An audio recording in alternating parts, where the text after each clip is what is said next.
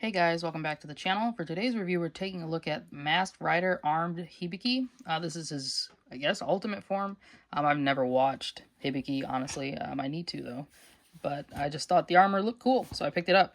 As usual, they come in these brown shipper boxes. Got the big scanner, barcode right there. Have his name right there.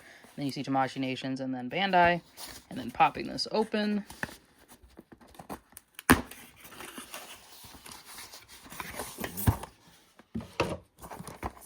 this is what it looks like when you slide out of the box. This figure's form, or I guess this Kamen Rider's form, has never been made before, to my knowledge, in the SH Figuarts line. So this is pretty cool to get this. So on the side, you see it says Masked Rider Armed Hibiki, and then on the back, you see a couple of poses he can get into with some of his accessories. I know SHF Upgrade has like effect parts and cool stuff for this guy, just like they did with the regular Hibiki that SH Figuarts did for the Shinkocchou Seihou line.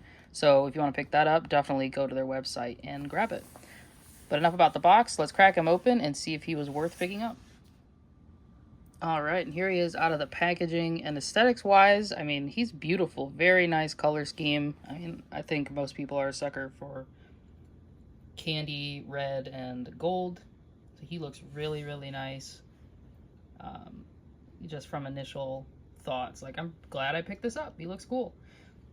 He's got a lot of nice sculpt and texture. So, like, here looks like it's, leather for, like, the crotch piece. And then his belt. And that goes all the way around, and that's different from like the bodysuit here. And then you see the nice sculpting and detail on the red part. So like there's two different tones of red, like a darker, more burgundy, and then you have like the candy paint high gloss red, which looks nice. The feet look cool on the bottom, actually kind of basic for a Kamen Rider. And then his belt looks really nice as well. And then coming back up to the helmet, very nicely sculpted and painted, nice proportions, really cool decal application there. And then he's got the logo right there on the front, and then the horns are still hard up here, so please be careful, don't drop him because they probably will break. And then just looking on the back real quick, the holsters for his weapons are really cool.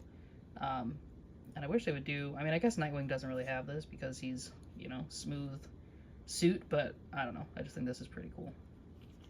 So getting into his articulation, he can look up pretty far because he doesn't have any back piece to kind of hinder him, and his helmet, even though it is there, it doesn't really get in the way. So you can look up pretty far. And then, as you can see as well, the neck moves, so you can look down pretty far as well.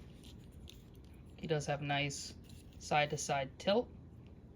Of course, you can look in all kinds of directions. You can get him to do whatever he needs to do with his head. For the arms, they do get up to a little bit higher than a T-pose. You do have a bicep swivel up here, and then you do have a forearm swivel down here, which is pretty cool. Double jointed elbows, which look pretty nice. And his shoulder pads are on like a ball joint hinge type situation. In terms of butterfly joint, and I think it's probably one of the reasons why I don't really go over butterfly joints too often with some of these Shinkocchou Seihous, is because he doesn't really have one. Most of them don't really. If they have like a hard armor chest piece, that's just not gonna happen. But you can kind of fold his arms in order to get them kind of close to his chest if you want to. And again, gauntlet swivel. Both hands have the traditional ball hinges, which is great. On the back, these seem to be on like ball pegs, but they're really just on these little nubs here, and you just put them in there. They kind of just wiggle around if you move them, so you can kind of move them a little bit. And then for the torso,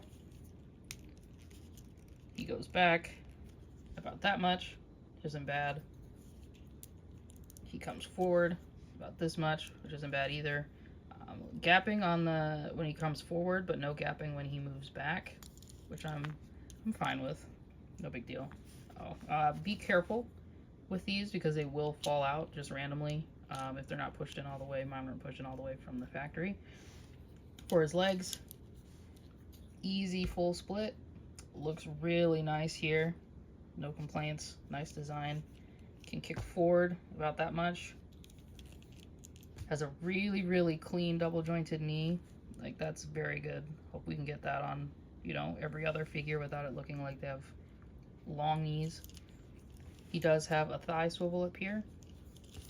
No upper boot swivel at all, but for the feet they can go down about that much. They go up about, not a lot, but just a little bit. I guess you can kind of finagle it so they go up like a little bit, but not a ton. And then he does have a toe hinge.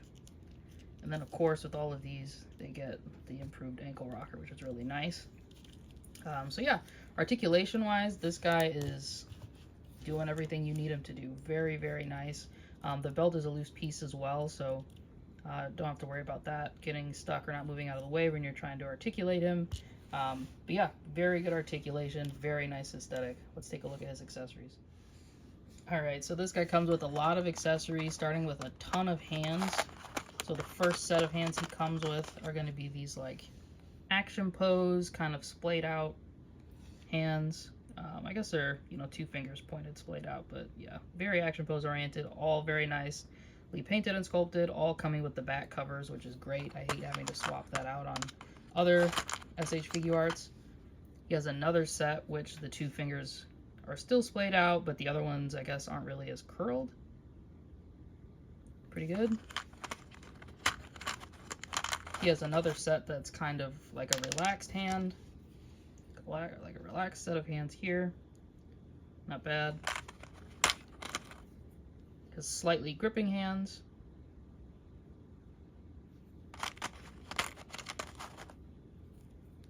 And then hands that have a more closed grip. You can really use these for whatever, but they're more closed grip hands. Hands look like he can hold like a card or one of his weapons. Doesn't come with any cards, by the way, but it just looks like that. And then he has these 2 hands, which are completely red, and they're actually molded differently.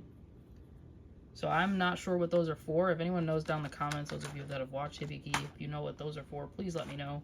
I have no clue, and they don't go with the purple one, from what I've seen on the back of the box, but maybe they do, who knows. And then he comes with this really small piece that I assume goes on his belt to attach his little, like, I forgot what these things are called, but these. So I assume they're supposed to attach some version of this, or maybe just like a weapon. But let me see if you can actually pull this off, which I'll refer to the instructions because we don't want to break anything.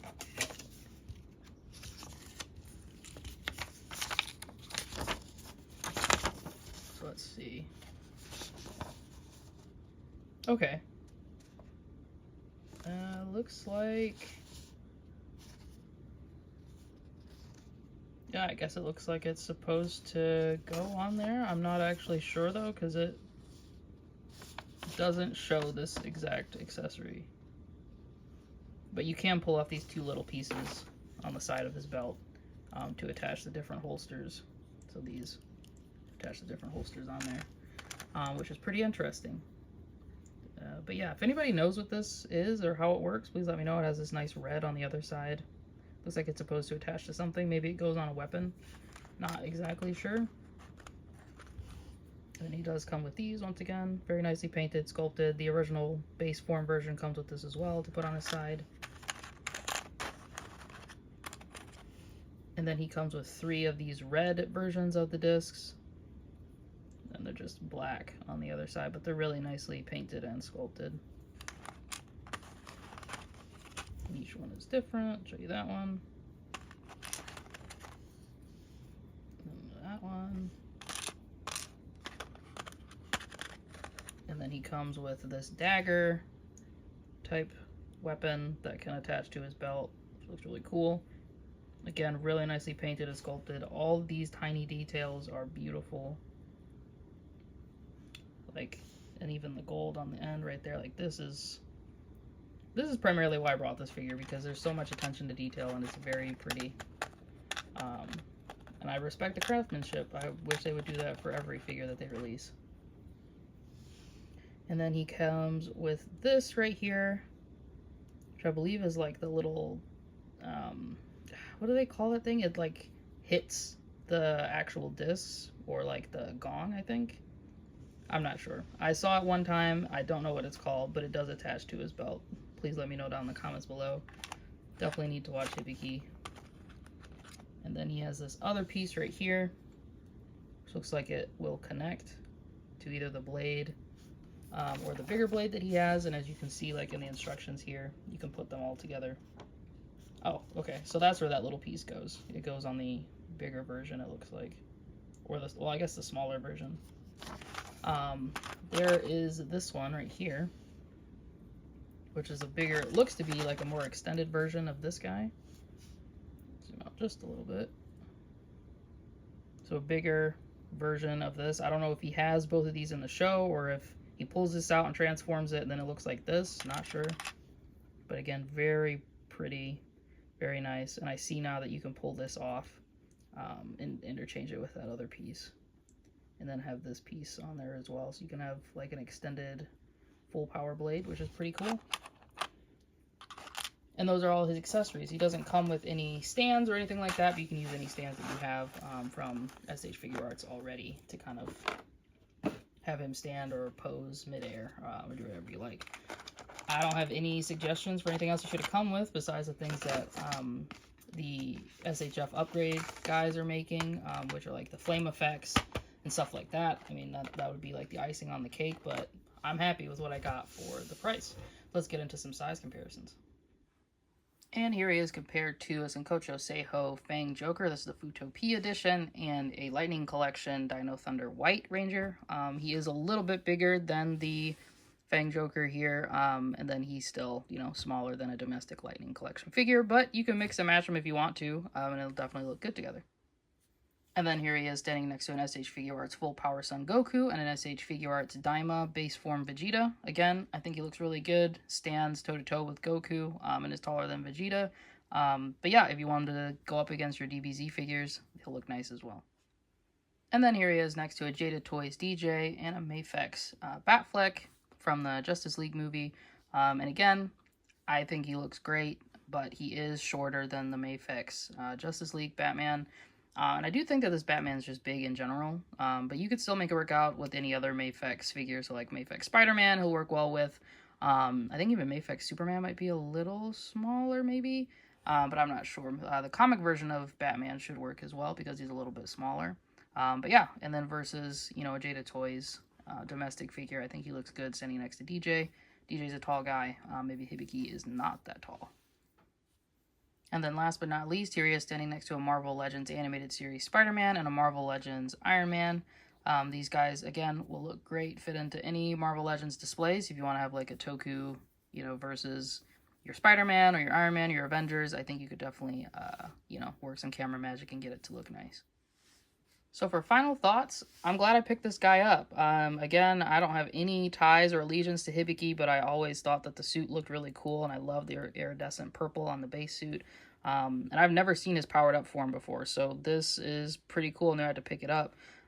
Especially considering that, you know, whenever Tamashii Nations makes a figure, and it seems kind of like obscure, or like I never thought they were going to do that, I always want to pick it up just to have it in my collection.